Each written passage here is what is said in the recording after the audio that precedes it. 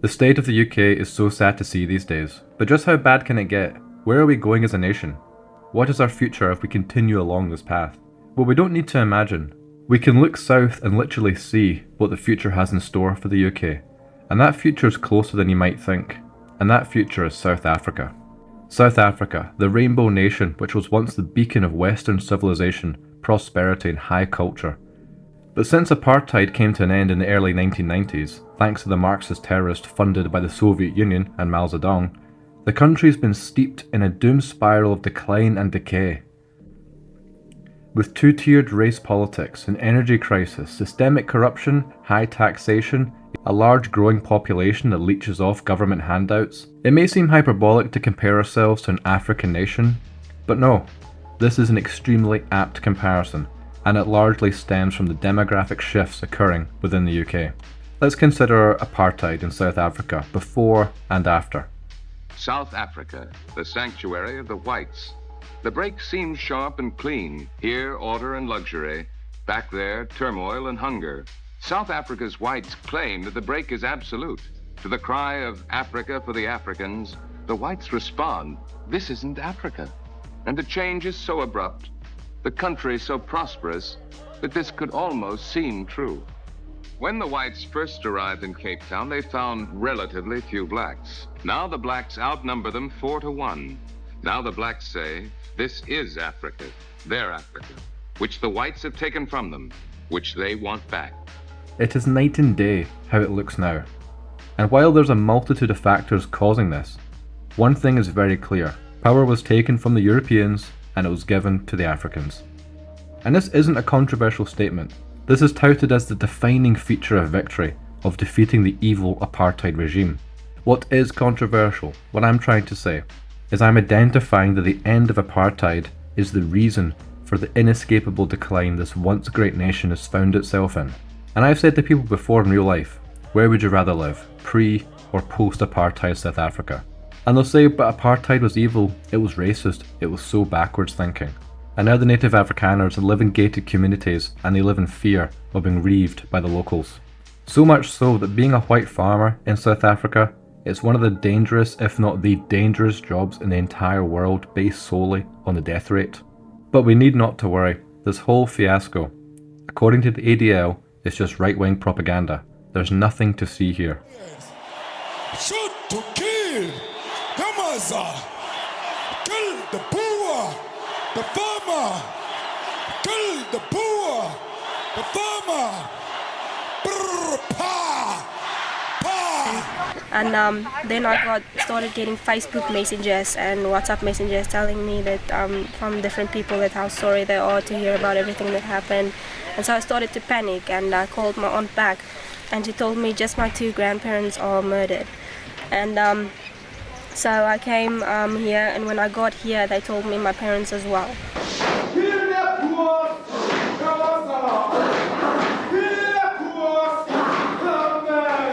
Estelle Nieuwenhuizen's partner was shot repeatedly at close range. I was shot 2 times there, one there, one here, and the other one went in here. And it went out of the back of my neck.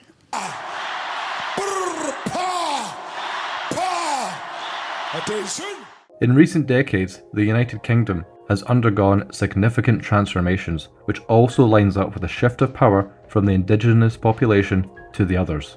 And this once great nation, perhaps the greatest nation for a time, the UK is now also plagued with economic stagnation, failing infrastructure, rising crime, racial policies favouring identity politics over merit, and a crumbling national identity, all suggesting a nation in a perpetual downward trajectory.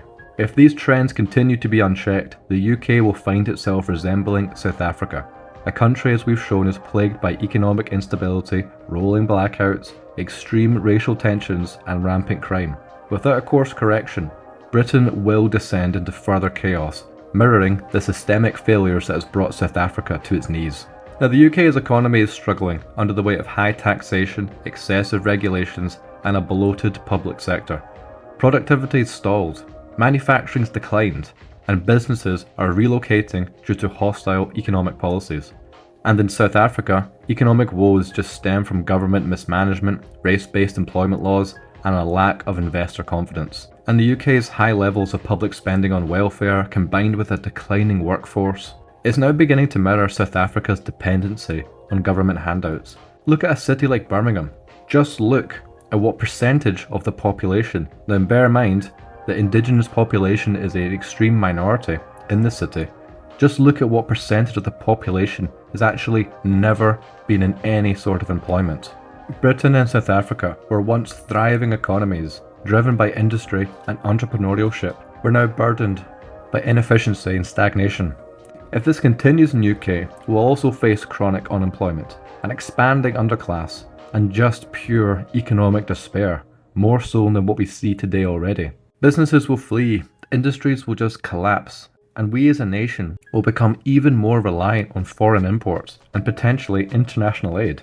Now, South Africa's collapse in infrastructure, from pothole-ridden roads to just failing water supplies, is largely attributed to corruption, race-based policies that just simply replace workers with unqualified candidates who just don't know what they're doing. So there's no wonder when you replace the foundation of what keeps the lights on with pure incompetence, the lights will turn off and the water will become brown.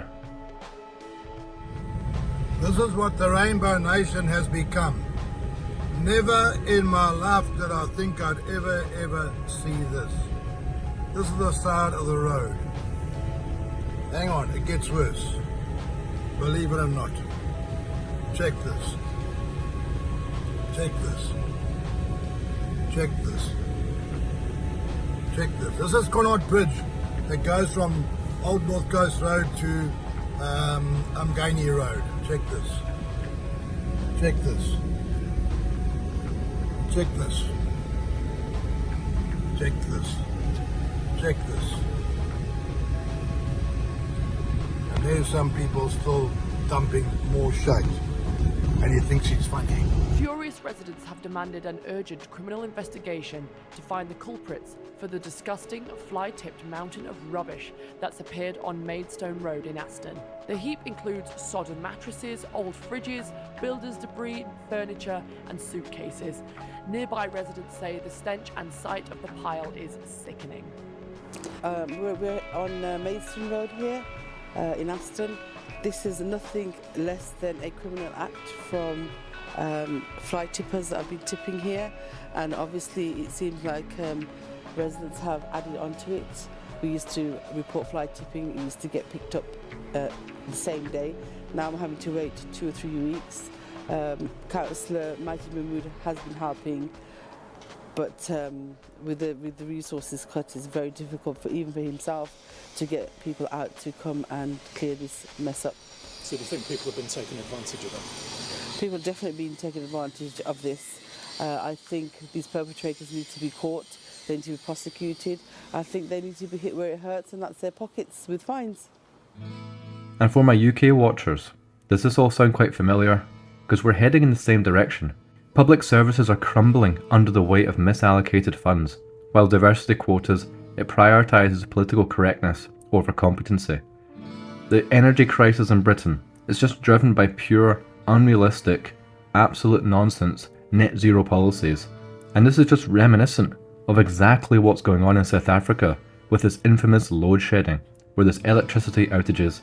They've become a daily occurrence. So if Britain continues to push these unreliable energy sources without sufficient baseload capacity, blackouts and rationing will become the norm. And the burden upon ordinary citizens in the UK, our energy prices will skyrocket even more. And bear in mind, we in the UK, we're paying the most for energy than any other European nation, and it's not even close. And this just further leads to damaging economic growth and personal wealth. Businesses will just be unable to operate efficiently, leading to mass layoffs and further deindustrialization. And just on this deindustrialization, it's not just the manufacturing jobs, the traditional manufacturing jobs that we speak of, such as, car manufacturing and things like that. The UK shifted to a service-based economy, finance, telecommunications, banking. But every time you need to call your service provider or your energy company, who answers the phone? Is it a UK citizen, or is it someone thousands of miles away in Mumbai?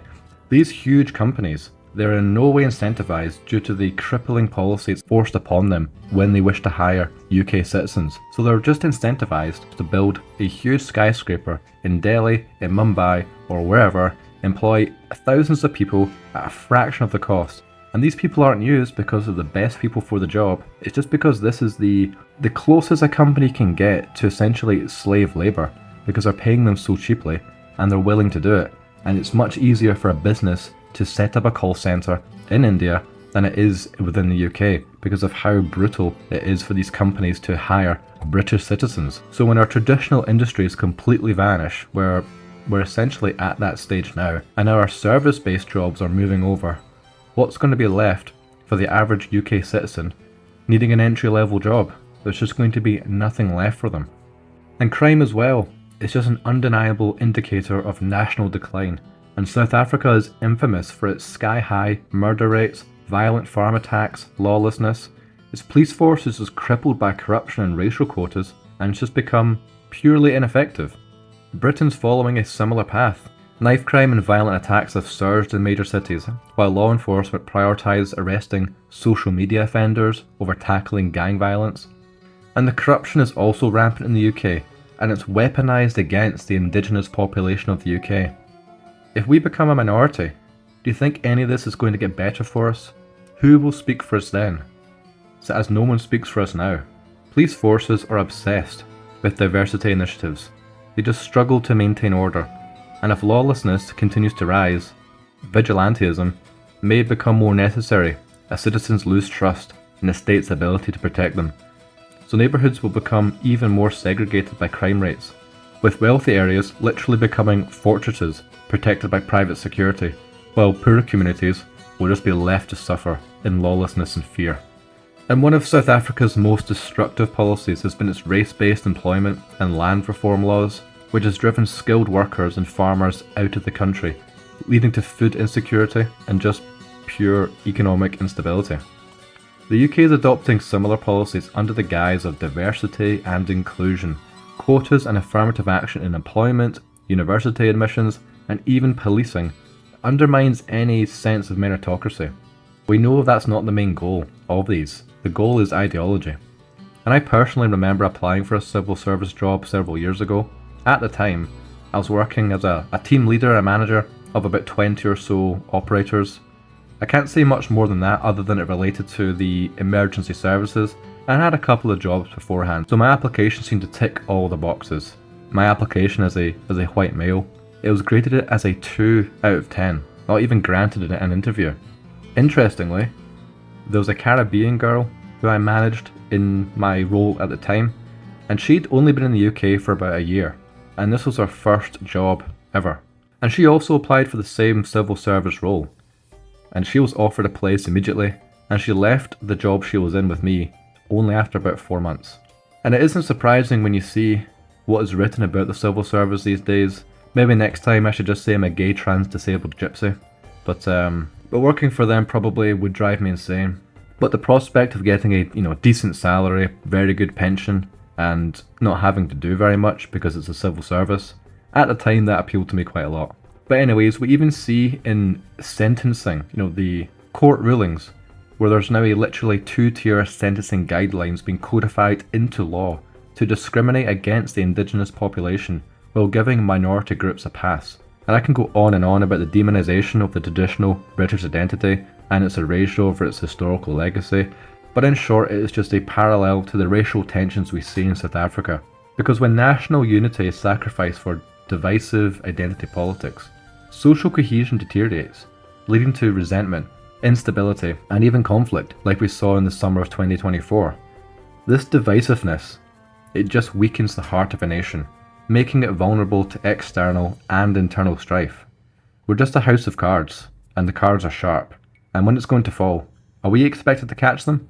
Be summoned and conscripted to fight for our nation? The nation that I would fight and die for, it just no longer exists. And also what I mentioned I think at the start, the violent targeting of South African farmers has devastated the nation's agricultural sector, causing food shortages and rising prices. Britain's not yet experiencing farm murders, but the government policies are driving farmers out of business, There does seem to be a trend among these Marxist types, from Mao's China, Soviet Union, the Labour government in Britain, and South Africa post-apartheid. They either just kill the farmers, drive them away, or give the land to those who don't know what they're doing. The results are the same: no farmers, no food. And green policies that are being introduced in the UK especially, they're just restricting farming practices, and the excessive regulations are just crippling our agricultural sector as well. So our reliance on foreign food imports increase, and the UK will just find itself in a position unable to feed its population independently. And on top of this, the government's increasing push for insect-based, lab-grown foods, it just further erodes traditional farming and food security even more, removing choice and quality from people's diet. And moving on, and very obviously, South Africa's demographic shifts has played a key role in its instability. But in Africa, life explodes as powerfully as death. Here in South Africa, for every white baby, 5 blacks are born. Frightened, the whites have set up a system of complete racial segregation, apartheid. In their castle in the sky, they claim it can work. But in reality, it's an impossible, hysterical defense. And the longer it endures, the more it threatens to change the joyous smiles of the new generations into the grim lines of hate. The UK's rapid demographic change through mass immigration combined with a failure to integrate new arrivals, which was never the plan. The whole idea of assimilation is just a lie. And now, areas in major British cities now resemble just massive foreign enclaves, and social cohesion is breaking down rapidly. As with South Africa, where ethnic tensions frequently result in violence and unrest, Britain is now at risk at losing its national identity forever. A country that ceases to value its heritage, traditions and people will inevitably decline and just simply cease to exist. And this has already been seen in the rise of no-go zones, where the rule of law is weak and parallel societies begin to emerge. But soon these enclaves will take over the cities they inhabit. You just need to look at my recent video where I discuss briefly a city like Birmingham. There's 1,000 years of history. It's now just ceased to exist, as the majority of people who inhabit the city have now no connection to that history in any way. The traditional values that once bound the nation together, duty, honour, responsibility and national pride, it's just been eroded by these progressive ideologies that reject these principles. Schools and universities prioritise ideological indoctrination over academic excellence, weakening the next generation's ability to lead the country forward. The collapse in shared values, especially for the indigenous population, results in apathy and more nihilism, where the young people see no future worth striving for. It's no wonder people are just leaving the UK in droves. And this just mirrors the sense of hopelessness that's taken root in South Africa, where decades of mismanagement, political corruption, have left a disillusioned people struggling to find stability in any form of prosperity. The only ideals being promoted in both South Africa and Britain are the same progressive nonsense that's driving us into the ground. If Britain continues down its current trajectory, it will resemble South Africa in more than just economic and social decline. It will become a failed state. These warning signs are clear. Unsustainable immigration policies, crime-ridden cities, failing public services, racial division, and an energy crisis all point towards a bleak future. Maybe I should end the video on a positive note and say that this decline is not inevitable. But Britain must restore law and order, prioritise national self-sufficiency, and begin mass deportations and reinvest in its infrastructure. Without this decisive action now, Britain's future will be written not in the legacy of its great past, but in its failures of nations that have already fallen. To avoid the fate of South Africa, Britain needs to reclaim its national pride, enforce strong leadership, and protect the core values that once made it great. The people deserve better. But time is running out. I'm not sure we're going to wake up before it's too late.